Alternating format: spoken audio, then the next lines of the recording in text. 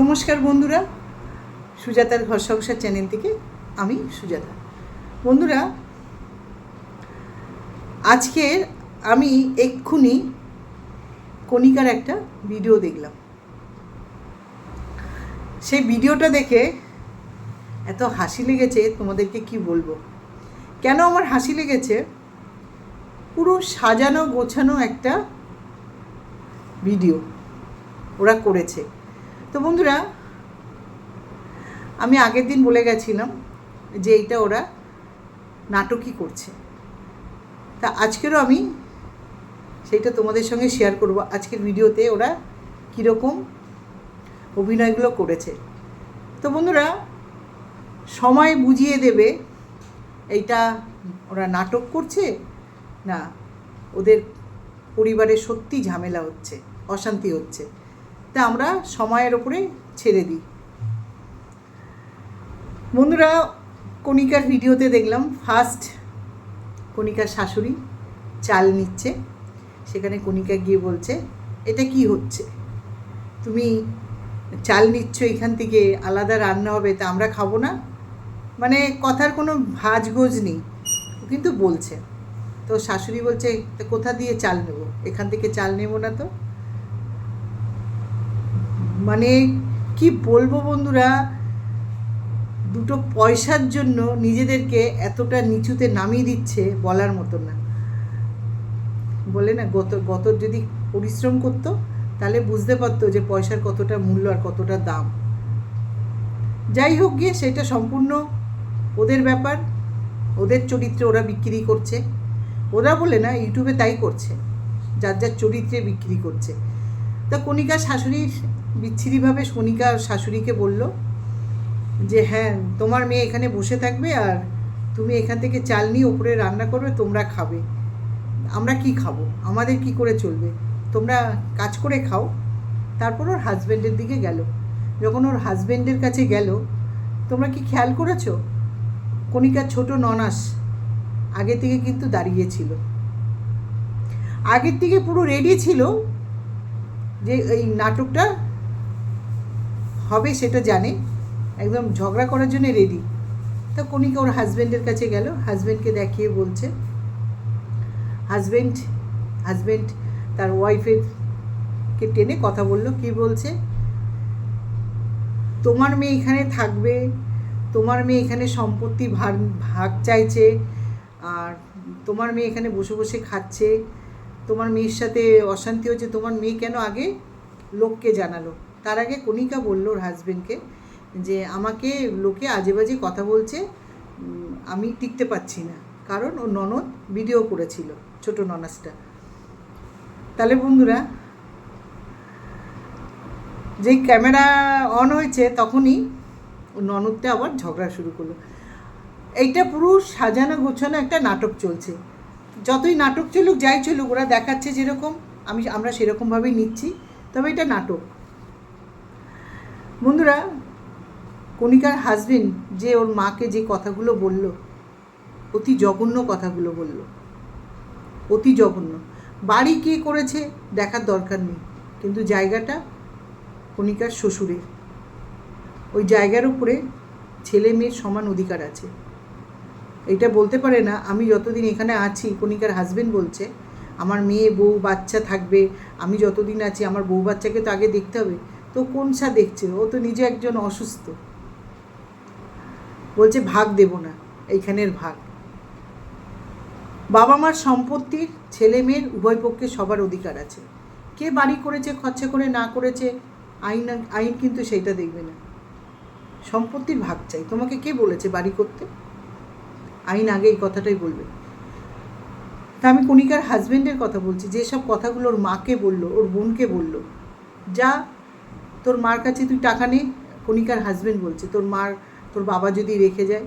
তখন ওর দিদি বলছে, ছোটদি বলছে যে বাবা কি টাকা রেখে গেছে? ঠিকই তো, ওই ভদ্রলোক দিনমজুরির কাজ করতো, জোগাড়ির কাজ করতো, সে কত পয়সা রাখতে পারে এতগুলো ছেলে মানুষ করে এখনের বাজারে?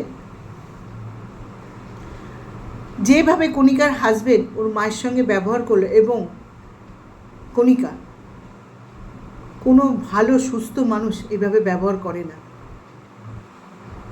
বন্ধুরা, আজ না কণিকা ইউটিউবে এসছে, যখন ইউটিউবে আসেনি কণিকা, তখন থেকে তো ওর হাজব্যান্ড অসুস্থ, তাহলে ওর শাশুড়ি চালিয়েছে, পুরো ফ্যামিলি ওদেরকে হেল্প করেছে। ছোটো ননদটা ঠিক বলেছে, ননাসটা, যে আমি কি তোদেরকে হেল্প করিনি, করেছে।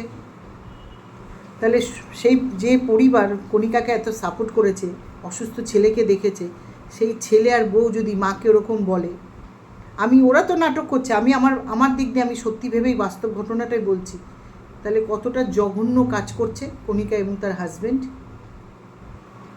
কতটা মানে নিচু চিন্তাভাবনার মানুষ হলে এই কথাগুলোর মাকে বলতে পারে যে চাল নিয়ে যাবে না, যাও কিনে খাও, এই করে খাও। ওর মা কী করলো, রাগ করে চালটা রেখে গেল। ওরা নাটক করছে বন্ধুরা, কিন্তু আমি আমার দিক দিয়ে বাস্তব যেটা হয় সেটাই বলছি। কণিকার হাজব্যান্ড যেসব কথাগুলো বলেছে একটাও ঠিক কথা বলেনি, কণিকাও তাই। কণিকারকে পুরো চালিয়েছে ওর শাশুড়ি, ওর পুরো পরিবার। আজ তুমি ইউটিউবে আছো বলে তুমি বড় বড় কথা বলে নিচ্ছ। আর ওই যে কণিকার হাজব্যান্ড, সে বসে বসে বলছে আমার বউ বাচ্চাকে দেখতে হবে আগে, আমি বউ বাচ্চার করবো। যদি সে নিজে ইনকাম করতো তাহলে বড় বড় কথা বললে মানাতো, সে কিন্তু নিজে কোনো ইনকাম করে না।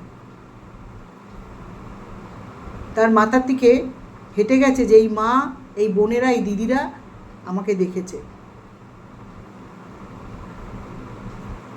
আমি অবাক হয়ে যাচ্ছি বন্ধুরা, যে এরা কি করে ভুলে যেতে পারে মানুষের উপকার, বাবা মার উপকার, ভাই বোনের উপকার। আজ ইউটিউব থেকে দুটো কামাচ্ছে বলে তাদের এত বড় বড় কথা। যখন ইউটিউব বন্ধ হয়ে যাবে তখন কণিকা কি করবে? এই মা শিয়ালদার স্টেশনে লুচি, আলুর দম, ঘুগনি দোকান, খাবারের দোকান করে ভোর 4টেয় বেরোতেন ভদ্রমহিলা, বেরিয়ে সেই টাকা ইনকাম করে এই অসুস্থ ছেলেকে দেখেছে, তার বউকে দেখেছে, তার বাচ্চাকে দেখেছে। আর তার বউ আজকে বলছে তুমি চাল রেখে যাও, যাও ভালো হয়েছে, নিজেরা খেটে খাও। জানে না শাশুড়ির কোনো ইনকাম নেই, ওরা ছাড়া কেউ নেই, তারপরে কীরকম কথা বলছে। ওরা তো নাটক করছে বন্ধুরা, যদি এটা বাস্তব হয়ে থাকে কি সাংঘাতিক মেয়ে, তাহলে ভেবে দেখো কণিকা। বন্ধুরা, দিনের পর দিন কণিকা এবং কণিকার পুরো ফ্যামিলি ইউটিউব চ্যানেলটা চালিয়েছে মিথ্যের ওপরে। আজ কণিকার বাচ্চার ওপরে কেন সবাই আঙুল তুলেছিল জানো বন্ধুরা? কণিকা এবং ওর হাজব্যান্ড একটা দিন বসে বলেছিল, তখন এত আশিয়ানা ছিল না, এত ইউটিউবের পয়সা কামাইনি, তখন বলেছিল যে ওর বাচ্চার উপরে যেমন সবাই ভিউয়ার্স থেকে ক্রিয়েটার দিয়ে, আর একজন তো আছে সে তো হাত পার করে দিয়েছিল, সে আজকের বসে বলছে যে যার নামে কণিকারা কেস করেছে, সে আজকে বসে বলছে আমি তো তাকে এতটা চিনি না, কি করে বলবো কে কোন ভিউয়ার্স লিখেছে, তুমি কণিকার হয়ে কথা বলো। নামটা বলিনি, আমি বলে দিচ্ছি। তাহলে সে যেমন কণিকাকে বাস্তবে কিছু চিনতো না, ভিডিওর পর ভিডিওতে যা দেখবে তাই বলবে, সে তাহলে কণিকাকে নিয়ে এত কথা বলেছিল কি করে? আজকে ন্যাকামি সে যে বলছে। ছাড়ো বন্ধুরা, ও একটা মানে দোয়াজলা মেয়ে ছেলে, ওর কোনো তালের ঠিক নেই, 2 নম্বরই মেয়ে ছেলেকে নিয়ে কিছু বলতে চাই না। আমি এবারে আসি কণিকার দিকে। তাহলে বন্ধুরা, একদিন কণিকা আর এবং কণিকার হাজব্যান্ড বলেছিল IFB করে নাকি ওর বাচ্চাটার কথা, মানে IFB করে নাকি হয়েছিল। সম্ভব? যেই বাড়িতে শাশুড়ি শিয়ালদার খাবারের দোকান থেকে ইনকাম করে এদের পেট চলতো, সেই বাড়িতে IFBর ব্যাপার থাকতে পারে? IFBর কত খরচা তোমরা তো জানো, আর্টিফিশিয়ালি বাচ্চা নেওয়া কত খরচা। তাহলে কণিকা দিনের পর দিন মিথ্যে কথাই বলে গেছে, আর এখনও তাই নাটক করছে। কণিকা চ্যানেলটা খোলার পর থেকে অনেক নাটক করেছে, অনেক মিথ্যে কথা বলেছে। আর আমি যেগুলো বললাম যে ওর মা চাল নিচ্ছে এরকম বলছে, এটা আমি আমার দিক দিয়ে বাস্তব কথাটা বলছি। যে ওর হাজব্যান্ড যেরকম বললো, যাও তোমার মেয়েকে নিয়ে তুমি থাকো, আমি এই ঘরে আছি, আমি থাকতে ভাগ দেব না। কোনো দিন হতে পারে না, যেটা বললাম, ছেলে মেয়ে উভয় পক্ষের সবার অধিকার আছে বাবার সম্পত্তিতে, বাবা মার সম্পত্তিতে। কী ধরনের কথা ভেবে দেখো। এরা নাটক করুক যাই করুক, এদের চিন্তাভাবনা কতটা ডেঞ্জারাস, মানে কতটা খারাপ। একটা শাশুড়ি মায় কোনো ইনকাম নেই তোরা ছাড়া, আর তুই কীভাবে চালটা নিচ্ছে বলে বলছিস, জানিস তো এই চালটা না নিলে ওনাদের খাওয়া হবে না। আর মেয়েটা ছোটো ননদ, হতেই পারে তার স্বামীর বাড়িতে ঝামেলা হচ্ছে, থাকতে পারছে না, সে এসছে এসে আছে। তো বন্ধুরা, এইটা আমার কথা ছিল যে কি ডেঞ্জারাস, কীভাবে শাশুড়িকে চাল নিতে করলো। কিন্তু আমি তোমাদেরকে বলছি, সময় বুঝিয়ে দেবে এরা যে অভিনয় করছে, সব সাজানো, সমস্ত সব কিছু সাজানো। এত অভাব গেছে, এত অনাটন গেছে, তখন এদের মধ্যে কোনো ঝামেলা হয়নি, এখন এত ভালো থেকে এদের মধ্যে অশান্তি হবে, ভাবা যায়? আর ননদ সামান্য ভাগ চাইবে, সে তো দোতলা আছে, নিচে মাকে নিয়ে থাকতেই পারে। তো এইগুলো আমার বলার ছিল বন্ধুরা। এই কণিকা চ্যানেল খোলার পর থেকে মানুষকে মিথ্যে বলে এসছে, এখনও মিথ্যে এরা বলে যাচ্ছে।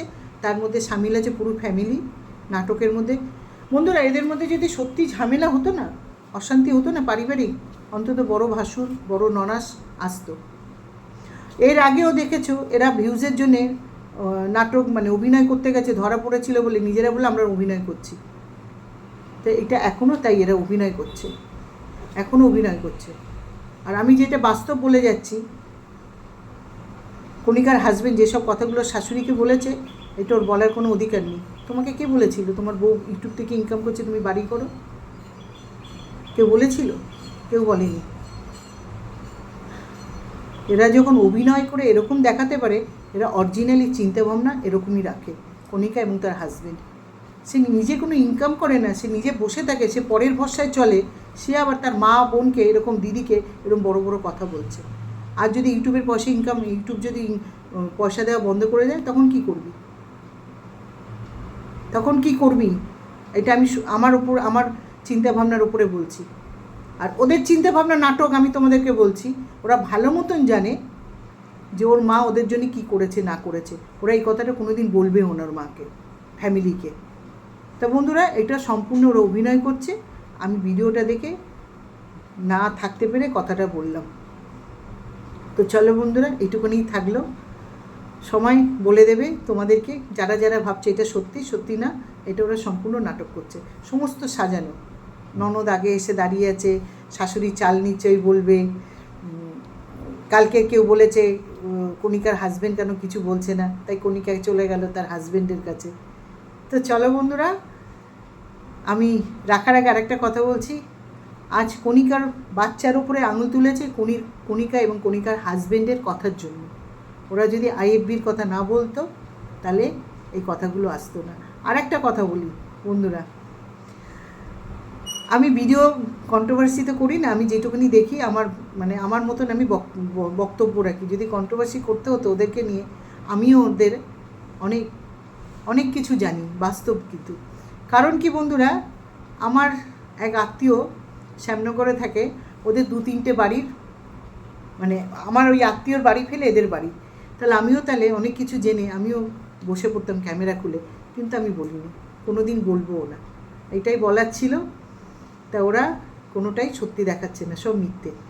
পুরো ফ্যামিলি নিজেদেরকে কতটা নিচুতে নামাতে পারে, নামাচ্ছে। আমি ভাবছি এত পয়সার নেশা। বন্ধুরা, ওরা তো দিব্যি ভালো আছে, বলো তো, ভালো চলছে ওদের সব কিছু মিলিয়ে। বলছি খাওয়া দাওয়া, পার্লারে যাওয়া, সাজা গোজা, সব কিছু মিলে। তারপরে আর কত পয়সা দরকার লাগে একটা মানুষদের চলতে? এত কিসের লোভ?